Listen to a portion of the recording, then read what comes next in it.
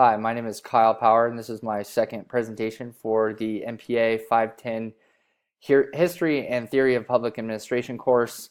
And in my presentation, we will go over two public administration theories, one by Max Weber and one by Mary Parker Follett. And uh, kind of what I'm thinking about when I'm reading these things is how I can relate them to what I do. And that's the easiest way I can kind of get through the language of these the readings and the presentations. I kind of think in what my organization does and how my organization is structured, and try to find the relationships that the original theories have with modern time of public administration, and more specifically with the Los Angeles County Fire Department. And even in my examples, it will be specifically on the LA County Lifeguard Division. So in the first slide, you will see a quick organizational chart. It just kind of shows that the bureau of the Lifeguard Division that is functioning within the bureaucracy of the Los Angeles County Fire Department, and even within the Lifeguard Division Bureau, there is many different levels and chain of commands and the structure that we have. And the way I relate kind of our Lifeguard Division and the organizational chart that you see as it kind of mimics the characteristics of bureaucracy that Max Weber kind of recommends for a functioning bureaucracy to function.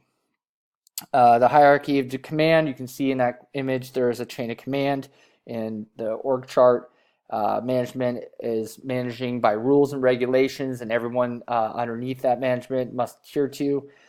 There are divisions of labor and work specializations. There's training division, there's administration divisions, there's different geographic areas in which people work at and play different roles. Some of the other pictures on the slide show that division of labor and work specializations. We have the Underwater Rescue Recovery Unit, which is our dive team. We have a Swiftwater Rescue Unit, which is on the bottom right of the screen. And then we have paramedic lifeguards on Catalina Island. So these are all kind of specialized people that are put in places to do special tasks within the department. Competency should be the basis for a job appointment. This is something that sounds great, and I'm going to touch on this in a little bit.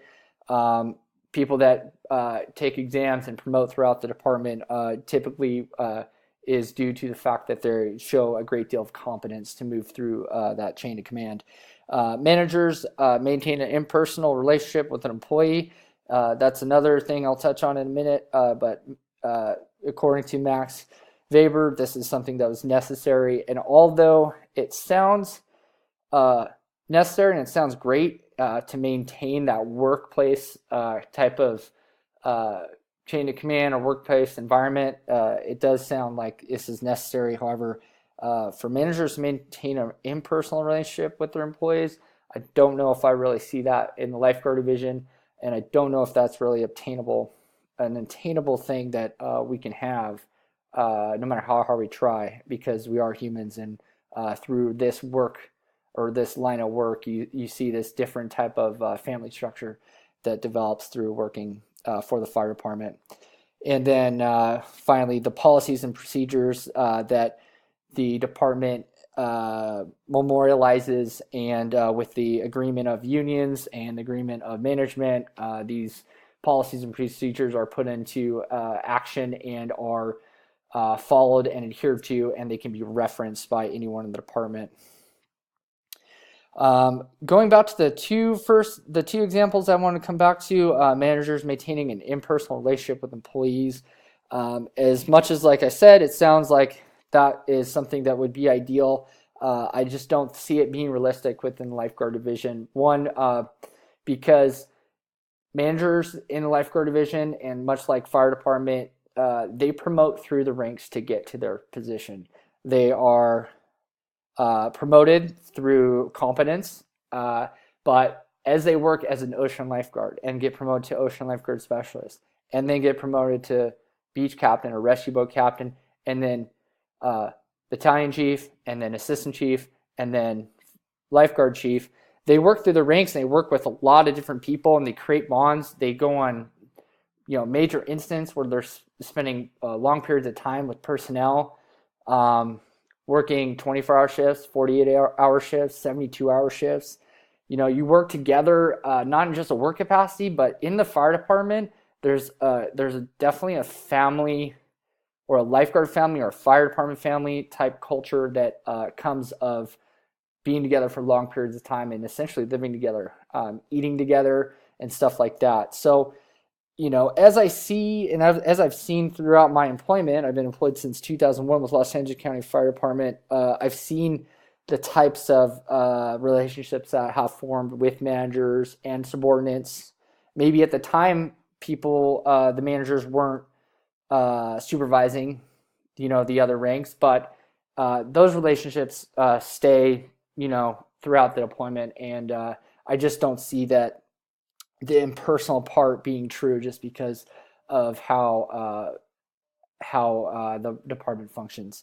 Also, the competence should be the basis for job appointment. I do believe that this should be true.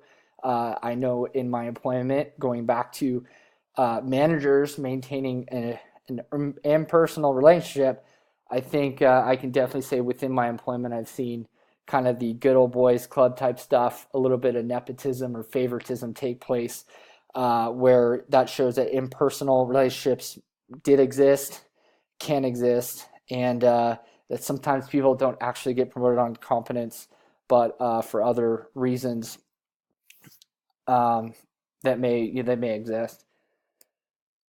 I'll talk now about this is kind of in relationship to Mary Parker Follett and her theory of the reciprocal relationships that are necessary in a functioning organization, and that increase the efficiency and productivity of an organization. And the two examples I'm going to talk about are the Electric Patient Care Report, which is our EPCR. This is something that came out 2 years ago, and it was to replace the handwritten patient care report that we would write on during an EMS call. The second will be the rescue watercraft and the team of specialized individuals that operate the rescue watercraft. So the EPCR, it was implemented pretty quickly. It was delivered by management. It was mandated and only given 4 hours of training to be comfortable to use a new software program that many people have not used before. It's not a very intuitive program. It's a multi-layered software program where you have to navigate through different screens to put down as much patient care information as you can while your team is providing patient care in a medical emergency or a traumatic injury of some type. And there was definitely a growth period of getting used to this within the department, and it was pretty tough. And it without that training and without management coming forward and getting, maybe testing it, maybe talking to people on the ground that were using this every day.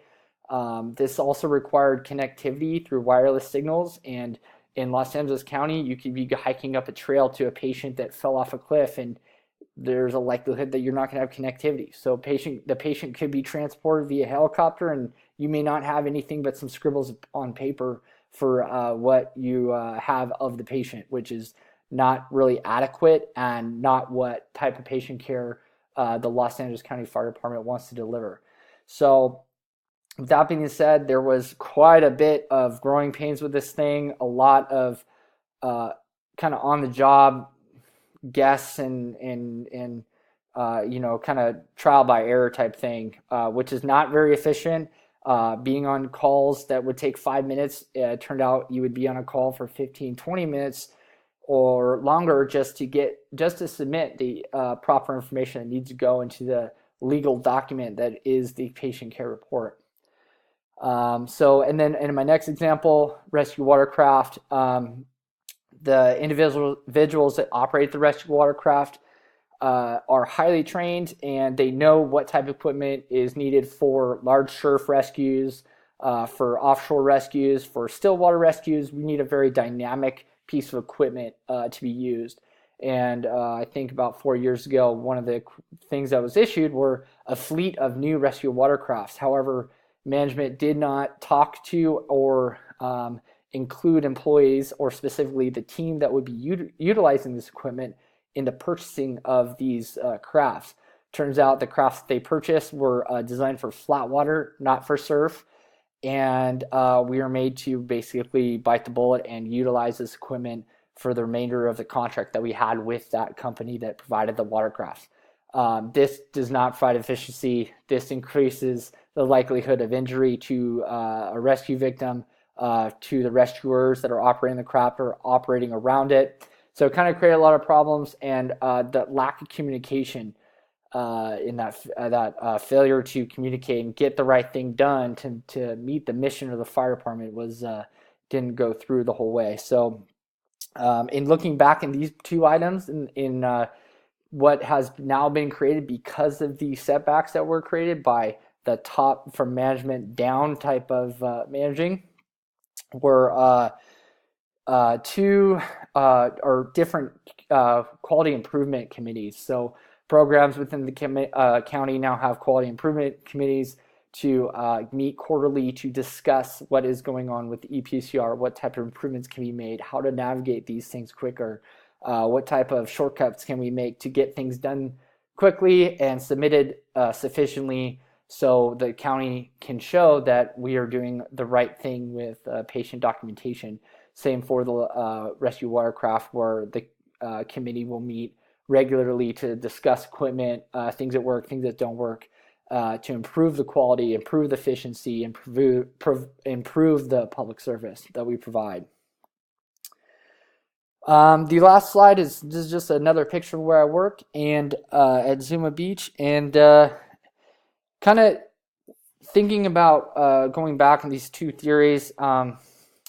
Max Weber's theory on the 6 characteristics of bureaucracy, I can definitely see the comparisons and how they relate to an ideal bureaucracy and how it should be structured. But I think if I were going to change anything in that, I would maybe just take out the impersonal relationship part and maybe include something that would mirror like to reduce nepotism, to reduce favoritism, to try to kind of increase the amount of equity amongst employees, or ensure equity and fairness amongst employees that have the ability to promote, take exams, get information equally, and not have certain people get a little bit of an advantage because of who they know or the kind of the group that they're in or whatever that may be. So that kind of mirrors the competence being based for job appointment. And then also with Mary Parker Follett's the power with over power over, or power with as opposed to power over. I think cooperation amongst management and the employees is essential to productivity and efficiency. I see that sometimes collaborating with more people is going to be difficult and may take a little bit more time, but the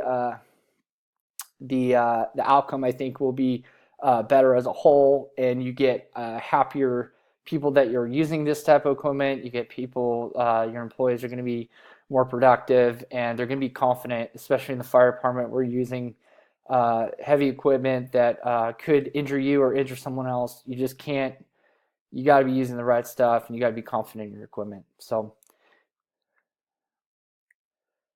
all right. Well, with that being said, that this is the end of my second presentation.